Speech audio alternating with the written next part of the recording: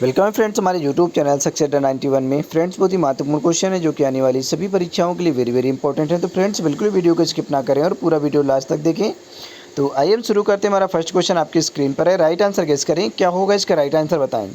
Question है, who is at the highest ranked commissioned officers in Indian navy. भारतीय नौसेना में सर्वोच्च स्थान पर कौन सा कमीशन्ड अधिकारी होता है। बताएं क्या होगा इसका राइट आंसर गेस करें। ऑप्शन आपकी स्क्रीन पर। भारतीय नौसेना में सर्वोच्च स्थान पर कौन सा कमीशन्ड अधिकारी होता है। जल्दी से गेस करें क्या होगा इसका राइट आंसर। तो देखिए ऑप्शन सी यहाँ पे आपका राइट होगा, एडमिरल। ऑप्शन सी राइट है यहाँ पे, एडमिरल।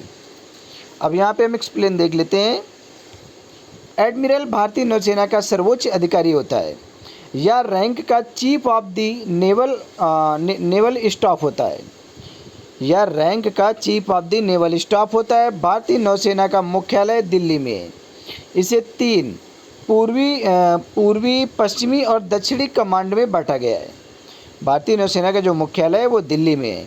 इसे 3 पूर्वी, पश्चिमी और दक्षिणी कमांड में बांटा गया है। इन कमांड का अधिकारी वाइस एडमिरल होता है। क्वेश्चन नंबर 2 है आपकी स्क्रीन पर। राइट आंसर बताएं क्या होगा इसका राइट आंसर गेस करें। स्वच्छ आकाश का नीला रंग किस कारण से दिखाई पड़ता है। बताएं क्या होगा इसका राइट आंसर गेस करें। The blue colour of the clear sky is due to. बताएं क्या होगा इसका राइट आंसर गेस करें। ऑप्शन आपकी स्क्रीन पर है। तो देखिए ऑप्शन बी यहाँ पे आपका राइट होगा, प्रकाश का बिखरना, स्कैटरिंग ऑफ लाइट। स्वच्छ आकाश का नीला रंग किस कारण से दिखाई देता है। तो स्कैटरिंग ऑफ लाइट के कारण स्वच्छ आकाश का नीला रंग दिखाई पड़ता है। The blue colour of the clear sky is due to. Explain देख लें। हवा के कणों द्वारा प्रकाश के प्रकीर्णन अर्थात प्रकाश का बिखरना के परिणाम स्वरूप स्वच्छ आकाश नीले रंग का दिखाई पड़ता है। चूँकि प्रकीर्णन तरंग दैर्ध्य के व्युत्क्रमानुपाती होता है और बैंगनी एवं नीले रंग का तरंग दैर्ध्य कम होता है, अतः उनका प्रकीर्णन अधिक होगा। इसी कारण आकाश का रंग नीला दिखाई पड़ता है। सूर्योदय एवं सूर्यास्त के समय किरणों को वायुमंडल में अधिक दूरी तय करनी पड़ती है। सूर्योदय जब सूर्य उदय होता है और सूर्य जब अस्त होता है तो उस समय किरणों को वायुमंडल में अधिक दूरी तय करनी पड़ती है। इसके कारण प्रकाश की छोटी तरंगों का प्रकीर्णन हो जाता है। केवल लाल रंग ही न्यूनतम प्रकीर्णन के कारण आगे बढ़ता है। इसी कारण सूर्योदय एवं सूर्यास्त के समय सूर्य का जो रंग है वो लाल दिखाई पड़ता है। क्वेश्चन नंबर 3 है आपकी स्क्रीन पर है। राइट आंसर बताएं क्या होगा इसका राइट आंसर गेस करें। बहुत ही अच्छा क्वेश्चन है ये, संविधान से रिलेटेड क्वेश्चन है कि राष्ट्रपति द्वारा राज्यसभा में कितने सदस्यों को नामित किया जा सकता है। देखिए, how many members can be nominated to the Rajya Sabha by the president. राष्ट्रपति के द्वारा कितने सदस्यों को नामित किया जाता है। तो देखिए सभी को पता है कि 12 सदस्यों को नामित करता है। ठीक है, इसे क्या करता है कि राष्ट्रपति अपने मन से मनोनीत करता है। ठीक है, जो ये 12 सदस्य होते हैं इनको राष्ट्रपति मनोनीत करता है। ठीक है, अपने मन से चुनता है। तो अब यहाँ पे हम देख लेते हैं एक्सप्लेन। राष्ट्रपति को अनुच्छेद 80 का के तहत राज्यसभा में 12 ऐसे व्यक्तियों को मनोनीत करने का अधिकार प्राप्त है। किसके तहत अधिकार प्राप्त है। तो आपको जो आर्टिकल 80A, ठीक है, आर्टिकल 80A में राज्यसभा में 12 ऐसे सदस्यों को मनोनीत करने का अधिकार प्राप्त है जो साहित्य, कला, विज्ञान, समाज सेवा के क्षेत्र में विशेष ज्ञान और अनुभव रखते हों। क्वेश्चन नंबर 4 है आपकी स्क्रीन पर। राइट आंसर बताएं क्या होगा इसका राइट आंसर गेस करें। अशोक के कौन से शिलालेख में ब्राह्मी लिपि का प्रयोग नहीं किया गया है। बताएं क्या होगा इसका right answer. In which of the following Ashokan inscriptions Brahmi script was not used. बताएं क्या होगा इसका राइट आंसर गेस करें। ऑप्शन आपकी स्क्रीन पर है। तो देखिए ऑप्शन बी यहाँ पे आपका राइट होगा, सहबाजगढ़ी। ठीक है, ब्राह्मी लिपि का प्रयोग नहीं किया गया है इस सहबाजगढ़ी में। ठीक है, अशोक के कौन से शिलालेख में ब्राह्मी लिपि का यूज नहीं किया गया है। तो आपके ये सहबाजगढ़ी जो शिलालेख है इसमें नहीं किया गया है। तो आइए हमारा अगला क्वेश्चन है, यहाँ पे हम एक्सप्लेन देख लेते हैं पहले कि सहबाजगढ़ी एक गाँव है। शहबाजगढ़, ठीक है। शहबाजगढ़ एक गांव व ऐतिहासिक स्थल है। जो शहबाजगढ़ी है वो एक गांव है और ऐतिहासिक स्थल भी है, जो पाकिस्तान के मर्दाना ज़िले में स्थित है। जो कहाँ पे स्थित है? पाकिस्तान के मर्दाना ज़िले में स्थित है। यह स्थल 3री शताब्दी में सम्राट अशोक द्वारा स्थापित शिलालेख के लिए प्रसिद्ध है। इस शिलालेख में खरोष्ठी लिपि का प्रयोग किया गया है। जो यह शिलालेख है इसमें खरोष्ठी लिपि का प्रयोग किया गया है। 30 जनवरी 2004 में यूनेस्को द्वारा इस ऐतिहासिक स्थल को विश्व विरासत सूची में शामिल किया गया है। क्वेश्चन नंबर 5 है आपकी स्क्रीन पर, राइट आंसर गेस करें। क्या होगा इसका राइट आंसर बताएं। हंटर आयोग ने किसके विकास पर अधिक बल दिया है? बताएं क्या होगा इसका राइट आंसर। हंटर आयोग ने किसके विकास पर सबसे ज़्यादा बल दिया है? The Hunter commission led special emphasis on the development of. बताएं क्या होगा इसका राइट आंसर गेस करें। किसके विकास पर हंटर आयोग ने सबसे अधिक बल दिया है? देखिए, प्राथमिक शिक्षा पर बहुत अधिक बल दिया है, ठीक है। प्राइमरी एजुकेशन, ऑप्शन ए यहाँ पे आपका राइट है। प्राइमरी एजुकेशन में हंटर आयोग ने बहुत ही अधिक बल दिया है। अब यहाँ पे हम एक्सप्लेन देख लेते हैं। हंटर शिक्षा आयोग की स्थापना, हंटर शिक्षा आयोग की स्थापना ब्रिटिश शासनकाल में लॉर्ड रिपन द्वारा 1882 ईस्वी में की गई थी। हंटर शिक्षा आयोग की जो स्थापना है वो ब्रिटिश शासनकाल में लॉर्ड रिपन द्वारा 1882 में की गई थी। चार्ल्स वुड के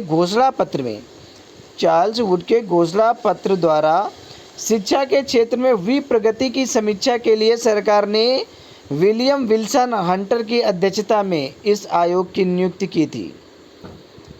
हंटर शिक्षा आयोग के प्राथमिक और माध्यमिक शिक्षा की समीक्षा तक ही सीमित रखा गया था। इस आयोग ने प्राथमिक स्तर पर शिक्षा के महत्व पर अधिक बल दिया तथा उन्हें स्थानीय भाषा और उपयोगी विषय में शिक्षा देने का सुझाव दिया। क्वेश्चन नंबर 6 आपकी स्क्रीन पर है, राइट आंसर बताएं। क्या होगा इसका राइट आंसर गेस करें। बताएं क्या होगा इसका राइट आंसर। विशाख दत्त द्वारा लिखित मुद्रा राक्षस कौन सी भाषा में लिखी गई है? Mudra Rakshasa was written by Vishakh Datta in which language?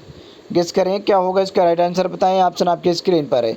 Vishakh Dutt द्वारा लिखित जो मुद्रा राक्षस है वो कौन सी भाषा में लिखी गई है? Mudra Rakshasa was written by Vishakh Datta in which language? तो देखिए ऑप्शन सी यहाँ पे आपका राइट है, संस्कृत में लिखी गई है। अब यहाँ पे हम एक्सप्लेन देख लेते हैं। मुद्रा राक्षस जो है वो 4वीं शताब्दी में रचित संस्कृत का एक ऐतिहासिक नाटक है। इसके रचयिता विशाख दत्त हैं। इसमें चाणक्य और चंद्रगुप्त की राजनीतिक सफलताओं का विश्लेषण किया गया है। इस ऐतिहासिक नाटक की हिंदी में रूपांतरित करने का श्रेय भारतेंदु हरिश्चंद्र को प्राप्त है। क्वेश्चन नंबर 7 है आपकी स्क्रीन पर, राइट आंसर गेस करें। क्या होगा इसका राइट आंसर बताएं। संयुक्त राष्ट्र संघ की सरकारी भाषाएं कौन सी हैं? Official language of the UNO are. बताएं क्या होगा इसका राइट आंसर गेस करें। ऑप्शन आपकी स्क्रीन पर है। तो देखिए ऑप्शन ए यहाँ पे आपका राइट होगा। ऑप्शन ए राइट है। अंग्रेजी, फ्रेंच, चीनी, रूसी, अरबी और स्पेनिश, ठीक है। इंग्लिश हो गया, फ्रेंच हो गया, चाइनीज हो गया, रशियन और अरबिक एंड स्पेनिश संयुक्त राज्य की सरकारी भाषाएं हैं।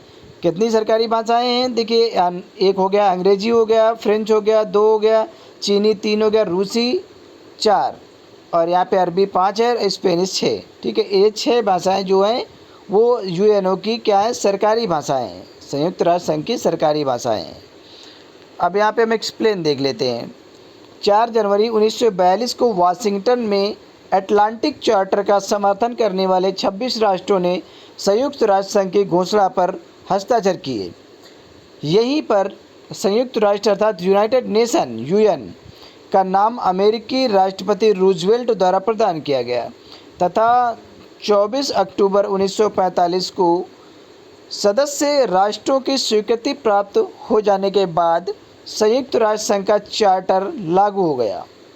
अब संयुक्त राष्ट्र संघ की 6 आधिकारिक भाषाएं जो मान्यता प्राप्त भाषाएं हैं, अंग्रेजी हो गई, फ्रेंच हो गई, स्पेनिश, रूसी, चीनी और अरबी है।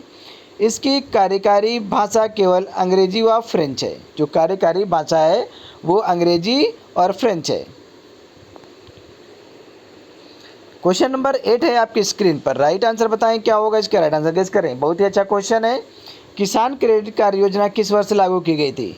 किसान credit card scheme came into force in the year. बताएं क्या होगा इसका राइट आंसर, गेस करें।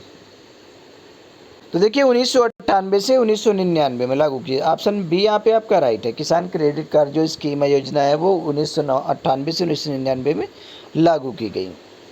हम यहाँ पे एक्सप्लेन देख लेते हैं। किसान क्रेडिट कार्ड योजना की शुरुआत वर्ष 1998 से 99 में की गई।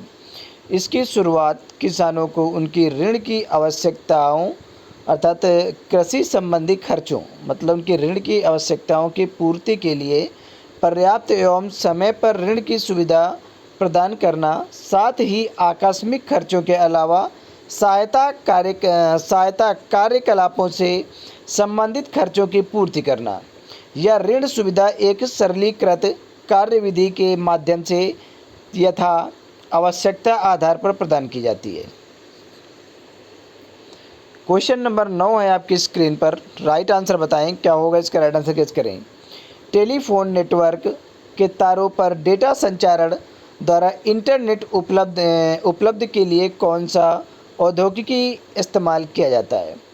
Technology use to provide internet by transmitting data over wires of telephone network is. बताएं क्या होगा इसका, राइट आंसर गेस करें। ऑप्शन आपकी स्क्रीन पर है। तो ऑप्शन डी यहाँ पे आपका राइट होगा, digital subscriber line. Digital subscriber line, option D यहाँ पे आपका राइट है। यहाँ पे हम एक्सप्लेन देख लेते हैं। टेलीफोन नेटवर्क के तारों से डेटा संचारण द्वारा इंटरनेट उपलब्ध कराने के लिए डिजिटल सब्सक्राइबर लाइन अर्थात DSL प्रौद्योगिकी का इस्तेमाल किया जाता है। DSL का नाम है digital subscriber line. Question number 10 है आपकी स्क्रीन पर। राइट आंसर बताएं क्या होगा इसका, राइट आंसर गेस करें। ऑप्शन आपकी स्क्रीन पर है। भारत की 12वीं पंचवर्षीय योजना का मुख्य उद्देश्य क्या है। भारत की 12वीं जो पंचवर्षीय योजना थी, इसका मुख्य उद्देश्य क्या था। Which one of the following is the main goal of the 12th 5-year plan of India. बताएं क्या होगा इसका, राइट आंसर। ये रहा ऑप्शन आपकी स्क्रीन पर। तो देखिए ऑप्शन डी यहाँ पे आपका राइट है। तेज, सतत और अधिक सम्मिलित विकास, faster, sustainable and more inclusive growth. Explain देख लें। 12वीं पंचवर्षीय योजना का कार्यकाल 2012 से लगाकर 2017 तक निर्धारित है। पंचवर्षीय योजना भारत की राष्ट्रीय योजना है। पंचवर्षीय योजना जो भारत की राष्ट्रीय योजना है, जो प्रधानमंत्री की अध्यक्षता में योजना आयोग द्वारा विकसित और कार्यान्वित होती है। क्वेश्चन नंबर 11 है आपकी स्क्रीन पर। राइट आंसर बताएं क्या होगा इसका, राइट आंसर गेस करें। इकोनॉमिक सर्वे किसके द्वारा प्रकाशित होता है। Economic survey is published bye. बताएं क्या होगा इसका, राइट आंसर गेस करें। जो इकोनॉमिक सर्वे वो किसके द्वारा प्रकाशित होता है। Economic survey is published by. तो देखिए ऑप्शन सी यहाँ पे राइट होगा, ministry of finance. Ministry of finance economic survey is published, ministry of finance. Option C यहाँ पे राइट है। हम एक्सप्लेन देख लेते हैं। आर्थिक समीक्षा इकोनॉमिक सर्वे वित्त मंत्रालय भारत सरकार द्वारा फ्लैगशिप वार्षिक दस्तावेज है, जो वित्त मंत्रालय अर्थात मिनिस्ट्री ऑफ फाइनेंस द्वारा प्रतिवर्ष प्रकाशित होता है।